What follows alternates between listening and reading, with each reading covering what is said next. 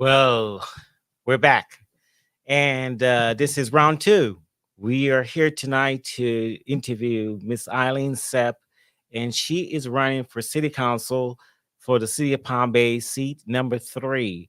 And you, you showed up in the first hour, and now I'm going to ask you guys to do me a favor again.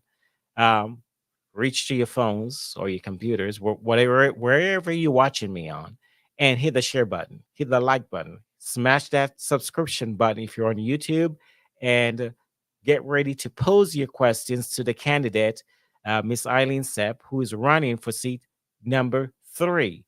And so, Miss Eileen, welcome to Palm Bay Live. Thank you. Thank you, All Kevin. right, awesome. Miss Eileen, and I would say in my research and trying to research you, there was not much I could find about you. And so tonight, you're going to have this platform to introduce yourself to the audience and let them know who you are and why you are running for Palm Bay City Council. So I'm going to give you a little time here to make that introduction to the audience.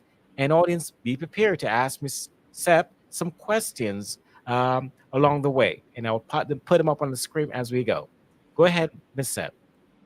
Hi, I'm Eileen Sepp. I've lived in Palm Bay 33 years. Uh, the reason that I decided to run for this seat was because after going to so many meetings and board meetings, I just don't see things getting done, or basically people are being ignored. They take the time to go to the meetings, and nothing comes of it. I believe that the vision of the current council is way off base. Their focus is too much on bringing in business while they're raising our taxes so that people don't have money to spend on these businesses or even travel to them. I have a lot of ideas about all of the problems, things that I think can work. My experience as a consultant has been going into businesses and kind of optimizing their capabilities, um, working on procedures and policies and whatever needed to be done. And it has been very successful. I've helped a lot of people. So I believe I can do that for Palm Bay. Okay. Got you. All right, welcome. Well, here you are. We're gonna put your those are the 5 10. We're gonna be asking you a bunch of questions. My first question for you is gonna be coming from the audience.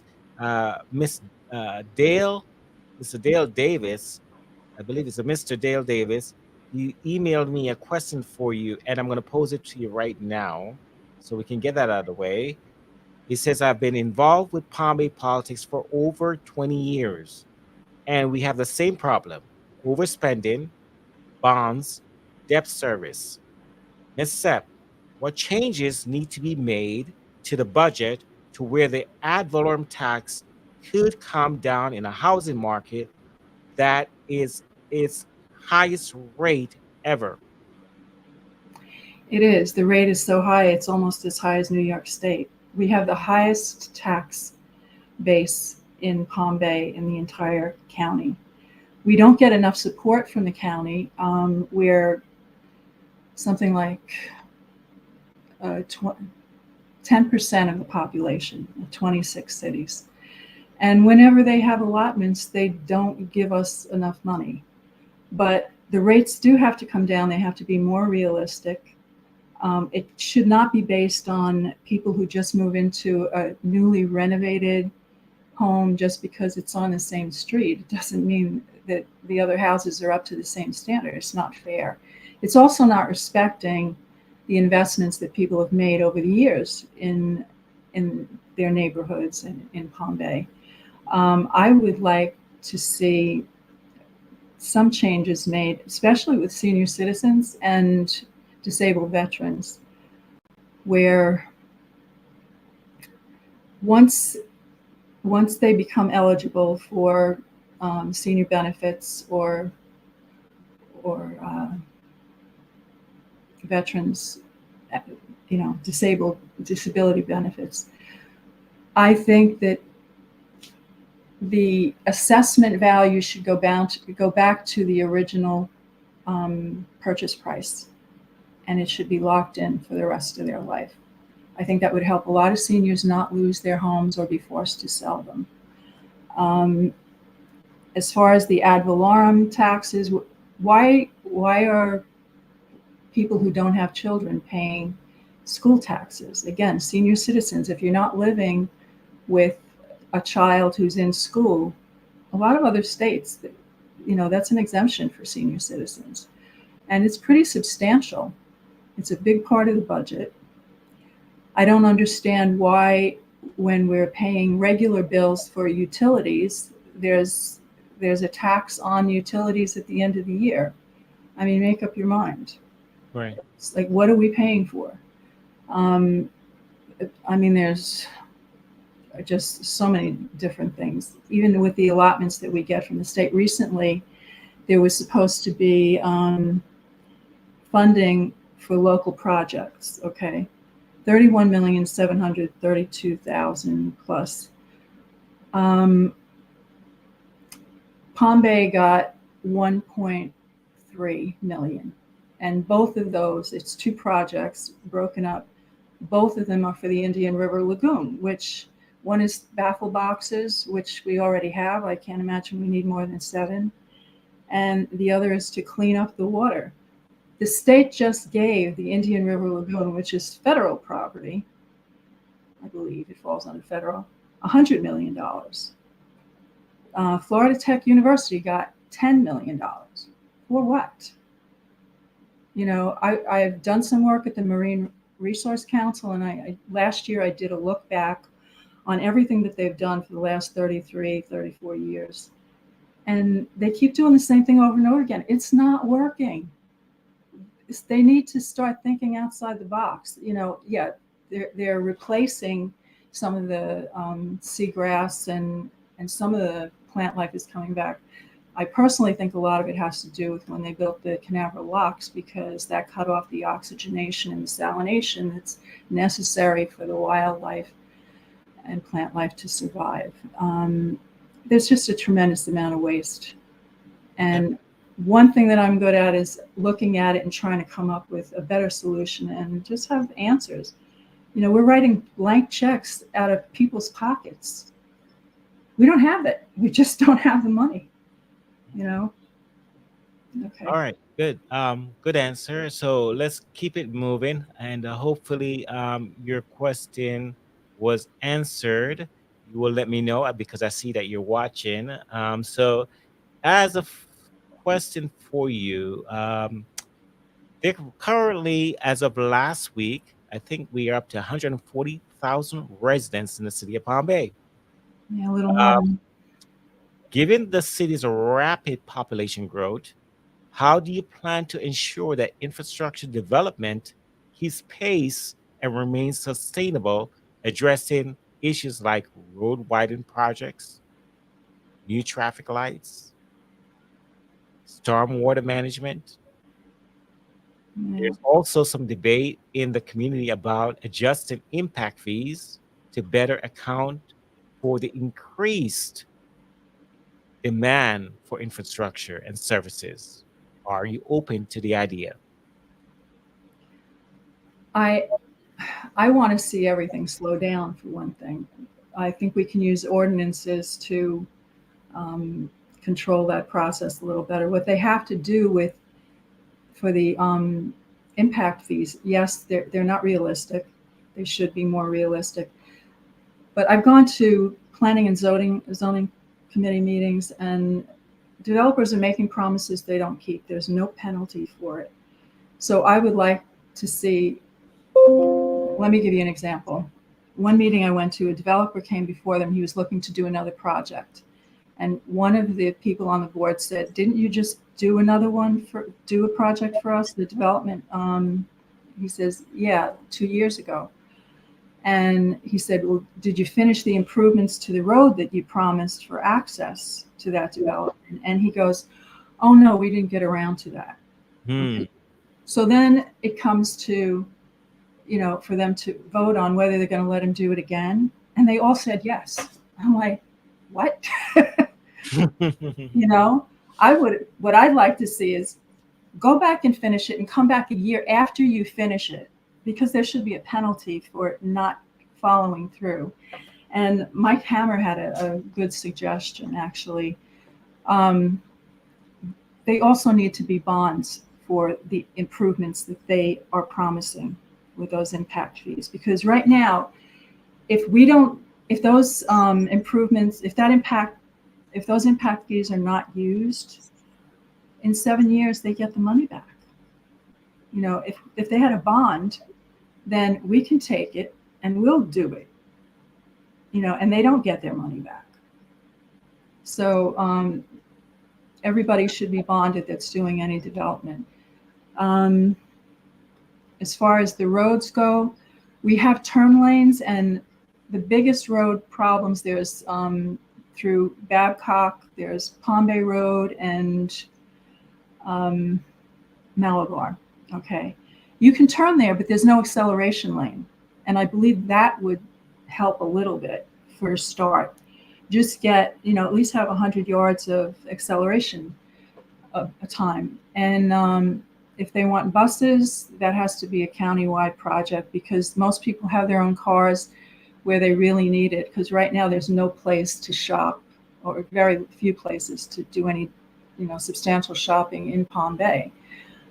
So to get to the airport, to the malls, to the beach, that should be a countywide project. And it's something that the county is really not paying attention to, the city that has the largest population. We have more than 10% of population in this entire county. They treat us like we're orphan children that nobody wants. You know, it's really not fair. So I believe that attending those meetings and meeting with the commissioners and making them aware of the problems is going to make a big difference. I've gone there a couple of times and I was pretty successful in getting them to agree with me. So you said roads, and what else?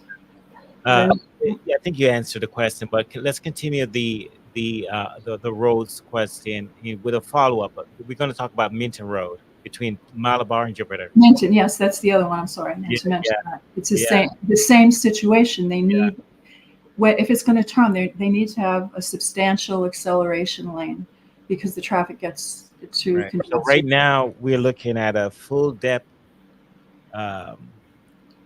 situation where we're working on the road. The city is actually doing its job to get that road up and going, and is based on the video that they put up today. I guess we're going to get 20 years of life with it once it's completed. And you're stating that in 3 weeks we should see it done, provided we have no inclement weather. So a couple of months ago, Palm Bay Live did a research on the road bond currently in force, and we saw a shortfall, and we have some questions. How do you propose to manage and close the funding gap without overburdening taxpayers because of that shortfall? I don't think the taxpayers should be responsible for bad management. We do need to hold them to their promises. They told us if we took out a bond that the road would be done in 5 years. It's supposed to be finished next year, and it's only 37% done. That's ridiculous. You know, people are very willing when they want something done, say, okay, borrow the money, but we're paying $22 million or $23 million a year in debt service for these things. And it's not anywhere near done. When they get bonds, you know, they try to throw other things into it, just like with this septic to sewer, there was a certain amount of money available in a grant, but, you know, they decided to pile on getting rid of wells and forcing people to go on city water. City water is not good. We have 888 toxins in the water in Brevard. That's the highest in the entire state. Most of the state has 1 to 3, a couple have 20. There's only one other county that has about 2/3 of that. When they test the water, am I getting off topic? No, you're good. You're good. You because you're answering some of my other questions. Okay, okay. So What is a little pet peeve of mine? yeah, Because every yeah. time it rains, there's a flood on my street. But yeah, when there's supposed to be sampling stations everywhere. And when I called and told them that it smelled like an outhouse when I turned on the faucet, I mean, nobody drinks the water, and no sane person's drinking the water from the city. And they just know it without even knowing that there's a problem. But the testing is only done on alkalinity. They check pH level and they check clarity. But when there's an overload of sewage getting into the water, which is happening a lot, because the canals, which were supposed to be holding ponds, are filled with debris, animal excrement, and animals and garbage. People throw things in it. It's not protected. And all of that gets mixed in. So when it rains for a couple of hours, if the culverts aren't cleared, it backs up into the streets. So we have a lot of flooding, especially in my area. I understand it's everywhere. They've closed golf courses, which actually acted as wetlands that the communities could drain into. They're trying to do that at majors, and they're going to have major flooding if they do any development there. There's 3 designated wetlands in there, but the fact of the matter is a golf course it's designed for drainage, because if it doesn't drain well, you don't have a business. I was in that business for a while, so I understand it. Okay, you did a good job answering my environmental questions. So I literally don't have to ask them because you went into that. Okay, Let's shift focus and talk about public safety. Uh, so with the rapid increase in infrastructure, the rapid increase of new housing developments, there kind of some concerns have arisen over the last several months. The things that I'm focusing on right now is like the response time of our police and fire department when they're called upon to service, whatever. Um, and so, how do you propose that you will help with ensuring that the fire department, the police department get all the resources they need in order to tackle crime, response time, etc., as needed in the city? well, there's a couple of things I think we can do short term. They may cost a little, but we don't have any auxiliary police. The only time I see the police in Palm Bay is when I go to City Hall and they're, checking my bag and making sure I'm not bringing something in there I shouldn't. That's the only time I see them, really. Occasionally I'll see them drive by, but there's really no code enforcement unless somebody complains. Those things affect property values. But I think having auxiliary police, it also might incentivize some of them to go further and become policemen, and maybe build some loyalty to Palm Bay, because apparently they like to train here and leave. I'm all for hiring more because we don't have the proper ratio for the number of people that we have. We depend on, for fire, we depend on the county for EMT services. Well, actually for paramedics, I think we do have EMTs, but that's another place where we could have volunteer fire, either retired people who just, want to help. If they were local, they could get closer and at least, get the hoses running. We do need more fire hydrants, though. Apparently, the fire department is short on water supply. And we're back to water. Right. There's a lot of things we should be doing. We only have one well for all of Palm Bay. Okay, Hmm. 70-foot well. For a couple of years, they said, well, we're building another one. Well, yeah, when? You have no money, so I'm not sure how that's going to work.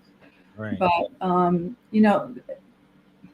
I think they have too many people doing not enough work. And I think the procedures really need to be addressed Okay. in all of those. All Not right. just police and fire. I mean, I know they're understaffed, so that's not it. But auxiliaries and volunteers, I think, will make some difference.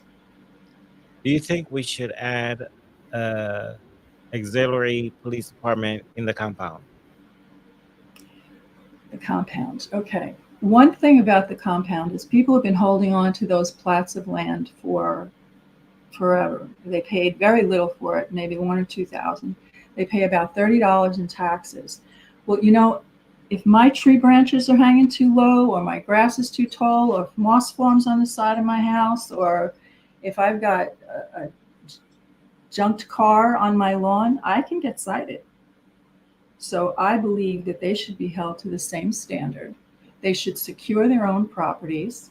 And maybe if they did, because it's not like they just bought it yesterday. They had it for a long time. But when cars are dumped in the compound, who's paying to take those away? When there's fires, that's at the cost of the county and the city. It's another reason why our taxes are too high, because we're taking care of people who are not taking care of things themselves. I think everybody who owns a home is very responsible. And the other thing is, with these developments, this is not a town for apartment buildings and low-income housing, because they don't pay taxes. We need. If you're going to build, it has to be people who are paying taxes, and then they all want tax abatements to put anything in here. And so nobody's paying taxes, not even the developer. It just doesn't make sense. And who's paying it? You and me, everybody else who's been here for a long time and deserves to just have some peaceful enjoyment of what they invested in. Okay. All right. Let's take a break. And we'll come back. Let's spotlight a local business in the area. And so we're going to take a 1-minute break. We'll be right back. Okay.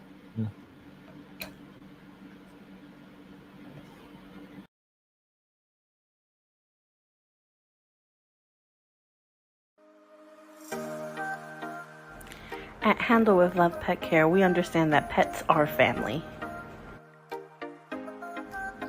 Our mission is to provide loving, personalized care for every pet, every time. Whether that's a fun play session in the backyard, a walk around the neighborhood, or just some much needed cuddles. Every pet, from bunnies to birds to fishes, they all receive the one-on-one care and attention that they deserve. We offer a wide range of personalized services, so even if your pet has unique needs, our professional and trained sitters have you covered.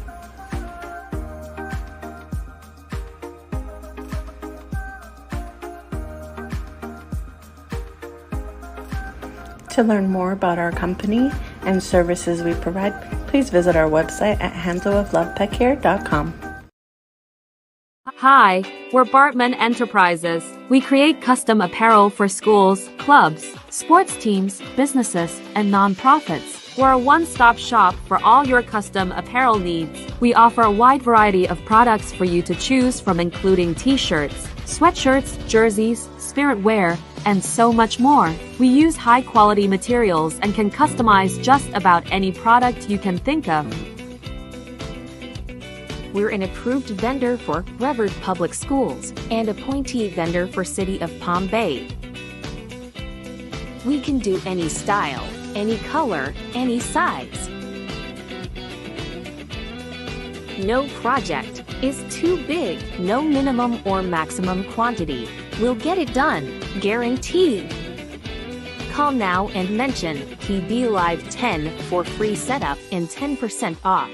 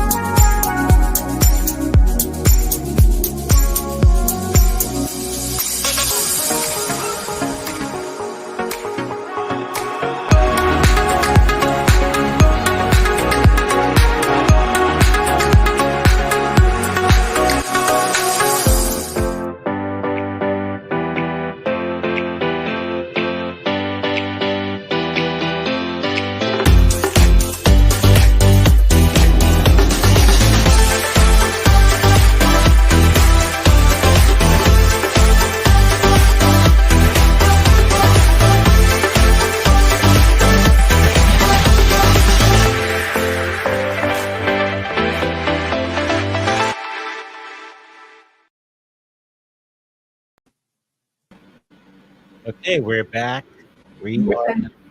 And we're going to continue our line of questions. Let's take a question from the audience before we proceed. And this one is coming from Dale Davis again. It says, Ms. Seb, do you believe the charter needs to be updated to better manage the city and how it's run? Absolutely. This council and the city managers, they ignore the charter constantly. I asked the city manager, I said, why aren't you telling the council members when they're violating the charter? And she goes, you do know they can fire me. So wrong motivation. She's not watching out for the city. They have amendments that they put in. One of the problems with what was happening with the amendments that we vote on, the sample ballots and the ballots only allow 75 characters to explain what it is. And actually, I brought this up at a meet and greet that I did on Saturday. And Tim Bobanek, the supervisor of elections, was there, and people said, what's that about? Why aren't we seeing the full text of the amendment? He says, well, some of them are like 7 pages long. So he agreed to, at the bottom of each sample referendum item or amendment, to put a link to the full text. So that's an improvement there. But the charter, one thing, the last time around, the council wanted a raise, and 70% of the people said, sorry, we don't have the money. They wanted to basically double their pay. So as soon as they got back, they decided to give themselves what they called a stipend. They keep changing the name of it, and they claim it's tax-free. And it amounts to more money than they would have gotten if they got the raise. That is so disrespectful of the people who said no, and too often what happens in the council is people talk, they come because they're upset. They don't come there because they're happy with the decisions they're making, but they come there and one after the other tells them, please don't do this. This is why this is how it's going to affect me.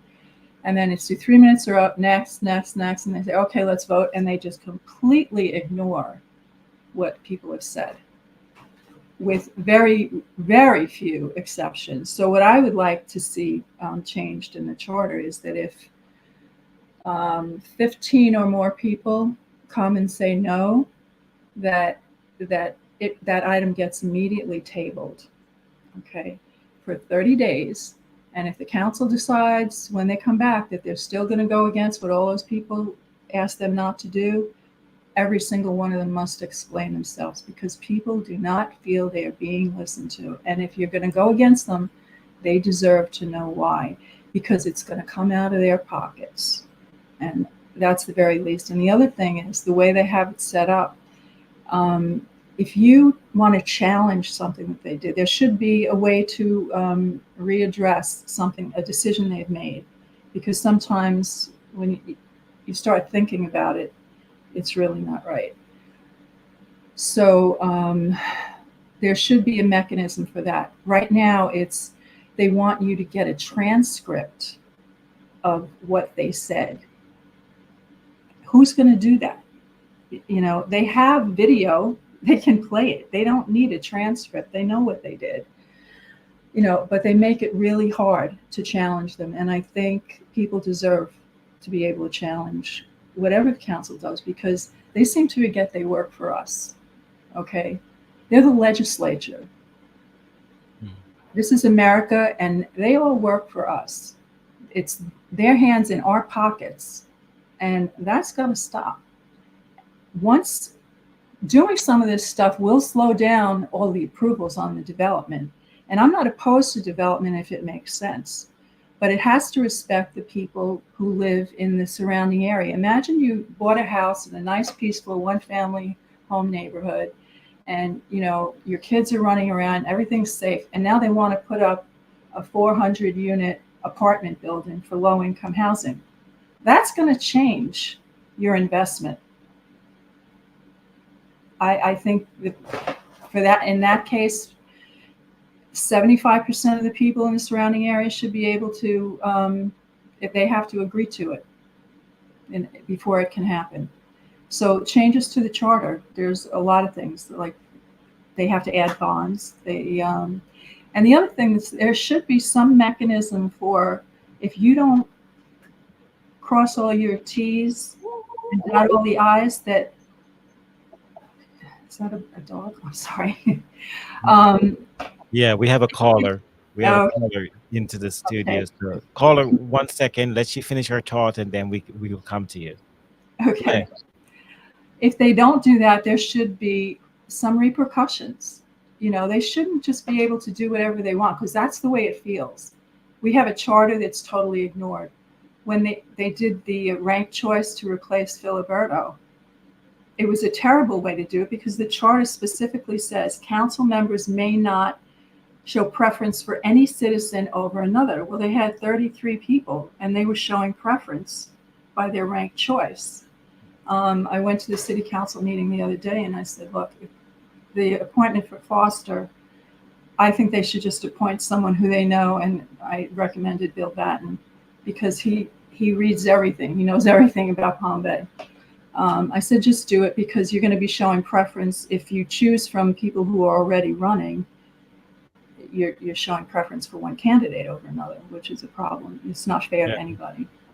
Caller, you can call back. I don't know why you hang up. Maybe she answered your question along the way, but feel free to call to the studio, either voice your support to the candidate or ask questions directly to the candidate. So we will take your calls live. The housing solution problems. We have a situation where we're growing, we're bursting at the seams, Ms. Sepp. And you know it, right? You drive around Palm Bay and you see what's happening. You attend these meetings and you see exactly what's being approved and what's not being approved. And they're mostly being approved, right? You would agree. Pretty much everything. Okay, so with the ongoing demand for housing and rising prices, how do you plan to address housing affordability in Palm Bay? First question, to ensure the residents have access to affordable housing. And Palm Bay's 2045 comprehensive plan highlights affordable housing as a significant focus, with initiatives like allowing accessory dwelling units, incentivizing density, and there's also been some chatter about additional property taxes for non-resident property owners. What do you think about these ideas? There's already a difference between non-resident homeowners, because you can't be homesteaded, so your rates are not locked in. To do that more, I don't know. One of the problems is because the taxes are so high, the people who own these rental homes have to raise them. You know, they don't own the home as a charity. If their costs are going up, then it makes the cost of that rental higher. And the other thing is with some of the affordable housing development, they're only allotting a small percentage in most cases for actual low income. There's a lot of things that they can do. They could start with letting people who have sufficient land, if they want to put a bungalow and rent it out, let them do it. It's their land. Why should the city say what you can do or not do with what you've already purchased? They don't own it. I understand those fees, to make sure everything is to code, and that's fine. But beyond that, you pay taxes on your rent, or, well, it's income tax, so they can't do that. But, well, if it's a business, I don't know. All right. You can figure it out. Let's take a question from the audience. This is from Isabella Wright. And Isabella, thank you for watching. She asks, what are your thoughts on having the city manager be an elected position with time limits, maybe term limits? What is your position on that? There's something that I'm researching. I'm trying to research something right now. Where city managers pay is concerned. So I want to add to her question by asking, do you think the city manager is being adequately paid, or do you think she's been overpaid? I know it's a big job, but when she started, she said she didn't need assistants, so they gave her more money, and now she has 2 assistants. I do think that she's overpaid because she has 2 assistants. But aside from that, mostly from what I said before about when I asked her why she wasn't putting checks on the city council, she said that they could fire her. Well, maybe the people should be the ones who fire her, because we know when the city's not running right. I do think it should be an elected position. We have that for constitutional officers in the county, like the county clerk, the supervisor of elections, the tax collector, and the assessor. I know it's not done, but doesn't mean we can't do it. And that's another charter adjustment we could do. I don't know about term limits, though, because I'm not for them on the county level, because most of those people started like in the mailroom, not necessarily mailroom, but you know what I mean. They've worked there for years and they know their job. They're doing it well. And I do believe that in any kind of administrative position, when you disrupt leadership or management, people become uncomfortable. They don't know what to expect. And it's a disruption in functionality. So, yes, I do think it should be elected, and unless somebody has a better solution for making sure that the city manager answers to the people and not to the legislature or council. Okay. Thanks for your question, Mr. Isabella Santa Isabella, right? And she's running for the mayor of Palm Bay, and I will be having her on my program in the near future. Look out for that interview coming up soon. And so, let's see this. Let's take another audience question. There's a new agenda item just added to Thursday's meeting agenda to have a dedicated $2 million increase for police, fire, and EMS, reported by the Palm Bay mayor. That's Thomas Guam's I know. thing. How do you feel about that? We definitely need more.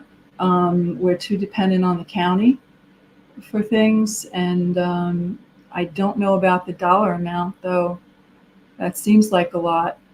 They've neglected these offices, especially the fire department. If you look at Fire Station 6, it's two trailers and a carport, and it's been that way for at least 15 years. That's kind of a disgrace. How difficult is it to build a firehouse? It's a gigantic garage. So I believe they have to do what's necessary, but they have to find the money in the budget. It cannot be added. It cannot be an ad valorem or a bond issue or anything else that they want to take. They need to find the money, because I do believe there's a tremendous amount of waste.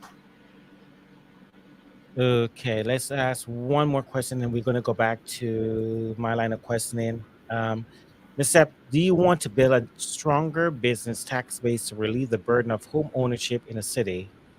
It will bring jobs also. I do believe that business is important, but we have to have businesses that hire people from Palm Bay. Okay. There was one factory that was approved that even the county didn't want it, for a chips factory. And the big building, but they only needed 60 people. But they never required that they hire people from Palm Bay, because if they work here and they don't live here, they're not paying taxes, as far as manufacturing type stuff. I don't want to see Palm Bay become, like a industrial park. I don't think that's not what Palm Bay is. Palm Bay has always been a peaceful place. I would like to see people-friendly things. We do need a town where people can go for a walk late at night and, stop in a sidewalk cafe and window shop. And we don't have that. I know people are proposing Palm Bay Road, but it's really not conducive to that. It has to be something that's park-like and pleasant. I mean, most of us, if you want to do something like that, you go into Melbourne Village, which is kind of quaint. We can do those things. I think the emphasis on business, that with this chip factory, by the way, it's going to use 100 million gallons of water per day. Where are they getting it from? From our 70-foot well? I don't know. And where's the waste going to go into? The lagoon? It's the never-ending problem. Right. So, well, if you get in, Ms. Sepp, one thing I'm still advocating for, since I've been doing these things since 2020, is the downtown Palm Bay. I'm still waiting for somebody to come up with a downtown Palm Bay. We also need to address the mosquito problem, which may be contributing to the water pollution, because they dump chemicals into it. In Volusia County, they have these little guppy-like fish. I forget what they're called, something brooky. But they eat the larvae and the eggs. You put them in the water, and Volusia is like breeding them. They eat them, so there's no more mosquitoes. And if you put those in the creeks and every place else, you're not going to need to spray anything, and it's natural. And once they've eaten all the mosquitoes, they eat the algae. Okay. It's a win-win. All right, let's keep going. How will you encourage greater public participation in city governance and decision-making process? I want people to know that they are being heard. And that's why I mentioned before that if at least 15 people come in, you need to prove to them that you're going to at least consider what they brought to the table. And take 30 days. It will be delayed. And with the rapid development, we need something to delay things. And after 30 days, then they have to really explain themselves, each one of them, why they're voting. If they vote against them, if they decide to go with them, fine, let's move on. But right. Let's keep going. In fiscal year 2024, there was a 3% pay increase for all general employee groups, with a proposed 5% increase in fiscal year 2025. How do you plan to balance these pay increases with the city's budgetary constraints while ensuring that we retain and attract qualified personnel? Do you believe that these increases are sufficient to stay competitive with other similar sized cities? My understanding that those were union contracts, so they didn't have a choice, although I do have an objection to people making six figures that were included in that. That's kind of ridiculous, because, at the lower level positions, they probably need the money, but it is a union contract.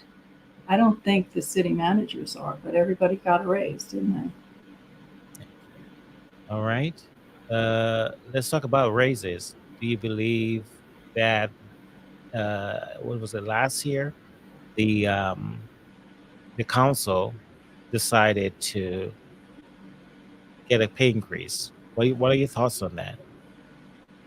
Well, I voted against it. 70% of the people of Palm Bay voted against it, but they gave it to themselves anyway. And if I get on the council, I'm going to kill that. It's absolute violation of people's trust. That stipend or whatever they want to call it, what is it for? All of them have jobs, most of them full-time jobs. I mean, I think they're getting paid sufficient.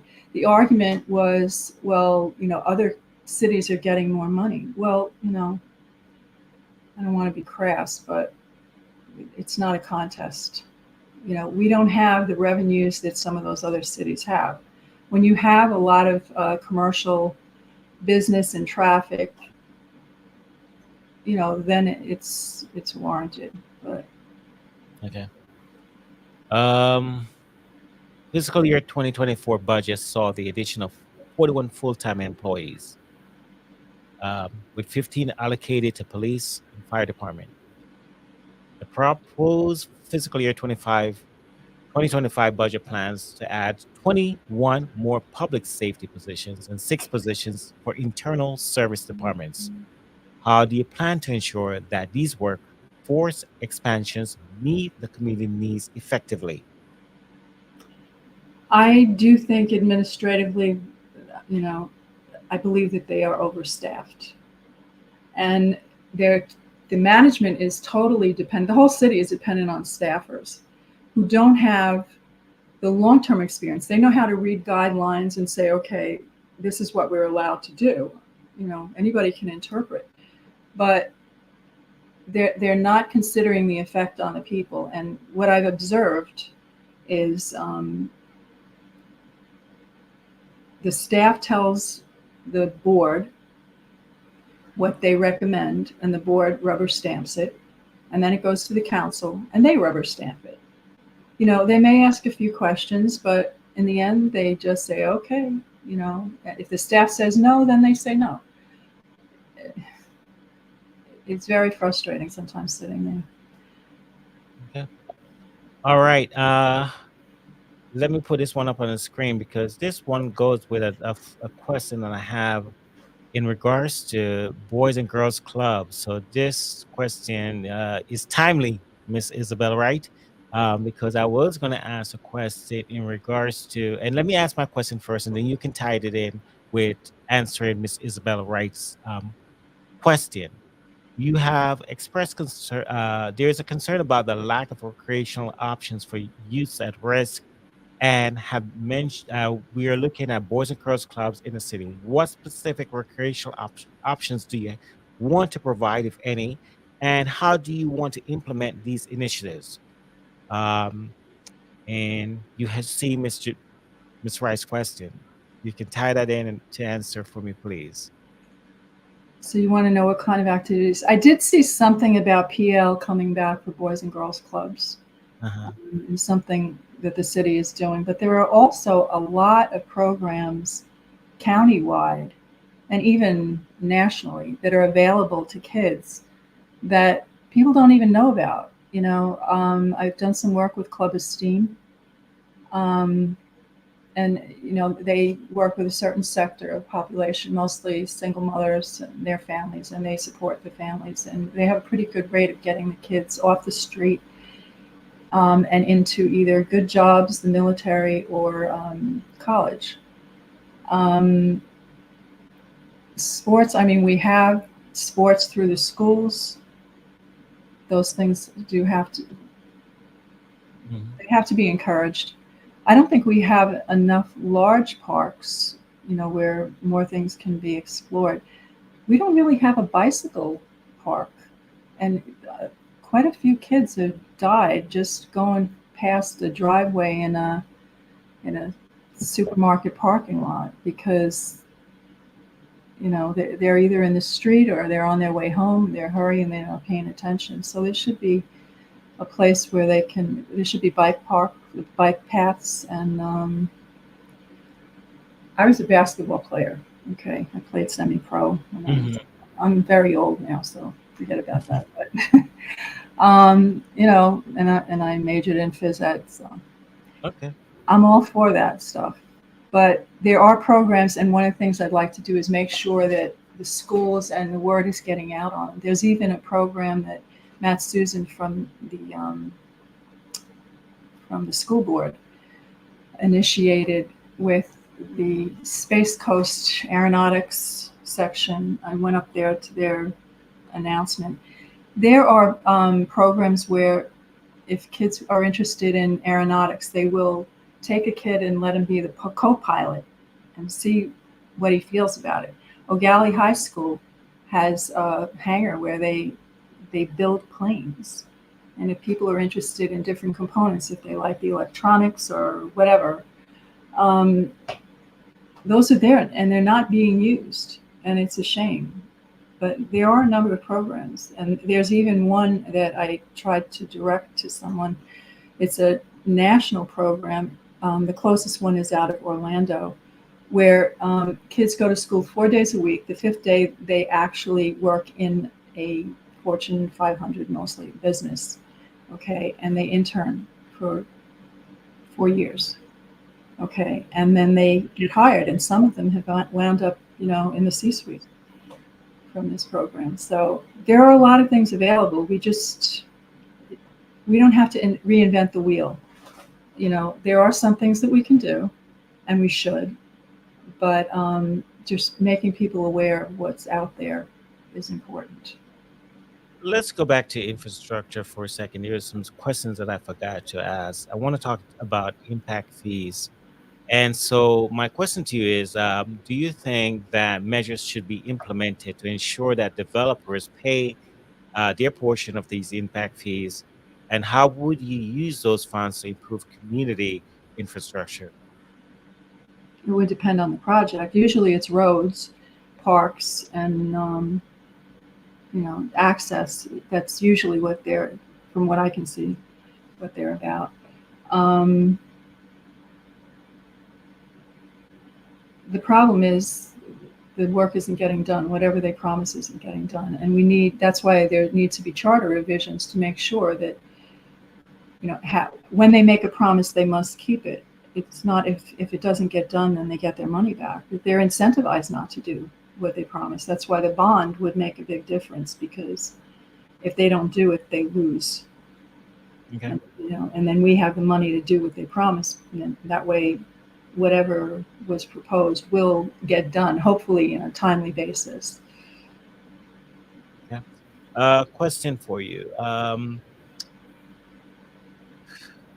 Moratorium. Do you think that we need a moratorium on car washes and storage facilities? Kenny Johnson had, from the dais, tried to bring that to the forefront of a conversation several meetings ago. That got shelved. What are your thoughts?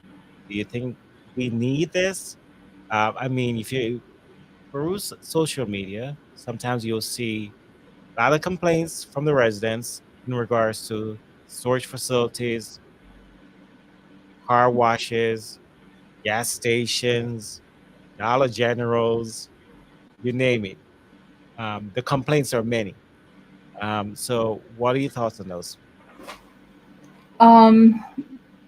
It depends on where they are. I understand, if it's flavoring your neighborhood, it's not a good thing. I believe those things, storage facilities, if you have more people and they don't have enough room in their house, they have to put things someplace. So they're pretty expensive too.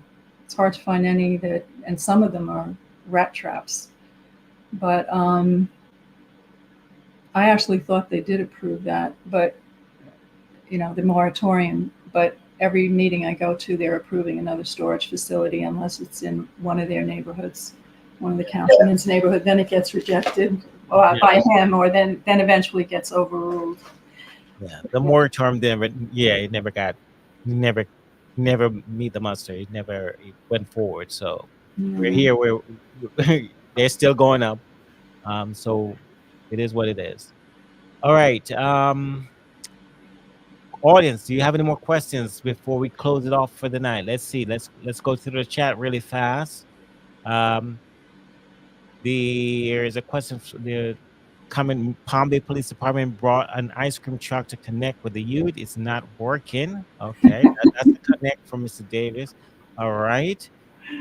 Another comment from Mr. Davis: I work with the school board to bring back vocational education and training. Okay. All right. Um, let's see. This one says, Miss Sepp, you're a great candidate for the council seat. You have my vote. All right.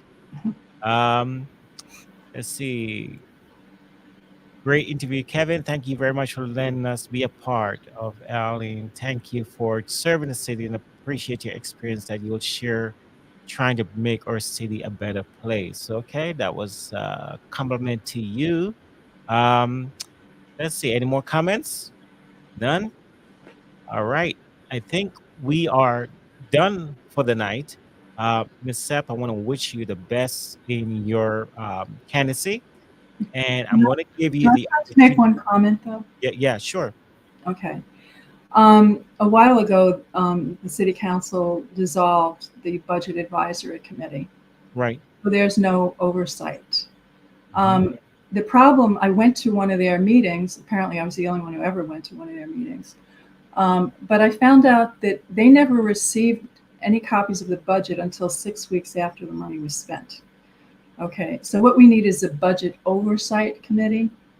And, you know, that needs to be charted mandatory so that the people have the ability to comment and look at that before money is spent, not 6 weeks later. But Good idea. All right. Okay, so what I'm going to do is I'm going to allow you to give you a shot to talk to the residents. Let them know why they should vote for you. Come August 20th. August 20th, residents, you will be going to the polls and you will be placing your vote, casting your vote for someone. And Miss Eileen Sepp is going to explain why she should be the one. Sorry, getting tongue twisted for this seat, and seat is seat 3. And so, why should you be the one person for this seat? What are your thoughts on that? And so, I'm going to give you 5 minutes. I'm going to remove myself from the screen. Kind of reintroduce yourself for those who may be joining us late, and take it away. okay. The main reason I ran is because I bring experience that nobody, I don't even think in the city, or that's employed in the city, has. I am very successful at making changes, either in policy, procedure, whatever it takes to fix things. And I've done it without spending extra money, taking more money out of your pockets. I have been able to turn things around, and the city's a business. So I believe that I can do a good job, and I can do things that nobody else can. Some people say, well, you're not very intimidating, you're very soft-spoken. Well, I may be soft-spoken, but I carry a big stick. People do not mess around with me. You know, you wouldn't believe some of the people I've stood up to. And it's gotten to the point where, you know, they hear I'm on the phone, they say, just give her whatever she wants, because they know they're not going to win. I am good at negotiating things and respecting everybody, and everybody comes out of it feeling like they're a winner. Whether it's employees or vendors or management.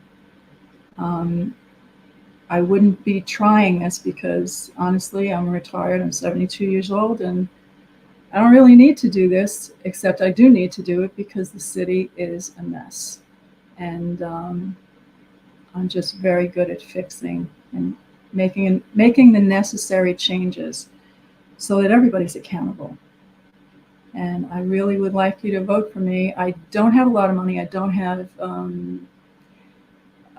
PAC money or anything. The only money that's been given to me have been from friends and people who know me, and they know what I can do. and just to show their support, they've done that. So you don't see a ton of mailers from me, because if somebody's sending you out mailers every other day, somebody else owns them. And some of them will tell you, I think Pete Filiberto said in an interview, he said somebody who gave him money said, well, is it 50% or 100%? 50% is you only did half of what I told you to do. Nobody's going to tell me what to do. You can ask my family, they know that. I fight for people, I fight for what's right. And I believe that I am the best choice for C3. So. Okay, and I lied to you. I do have another question. Are you ready for this? I have a question about Randy Foster's seat. Yes. And currently, do you think that seat should be appointed by the individuals on the dais as currently proposed in the charter, or should it go back to the voters?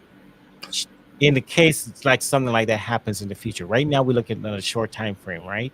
But Yeah. if that was to happen in the future, is this something that we need to revisit in the charter where the residents have a say, or should it be appointed from the dais? Your thoughts? Absolutely.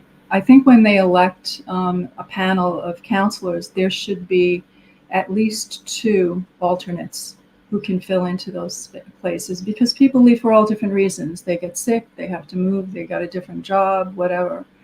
We should have informed people. In this particular case, in Foster's seat, it's so close to the election. I don't think putting it out to, most likely people who are running for the seat are going to want it.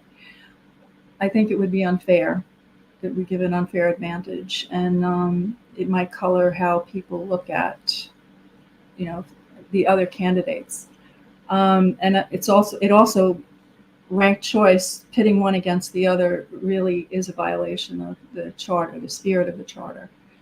But in the long run, I think we need to change the charter to have somebody standing by, whether it be for each candidate. Maybe they have, like the president has a vice president, you have somebody who's of like mind, and,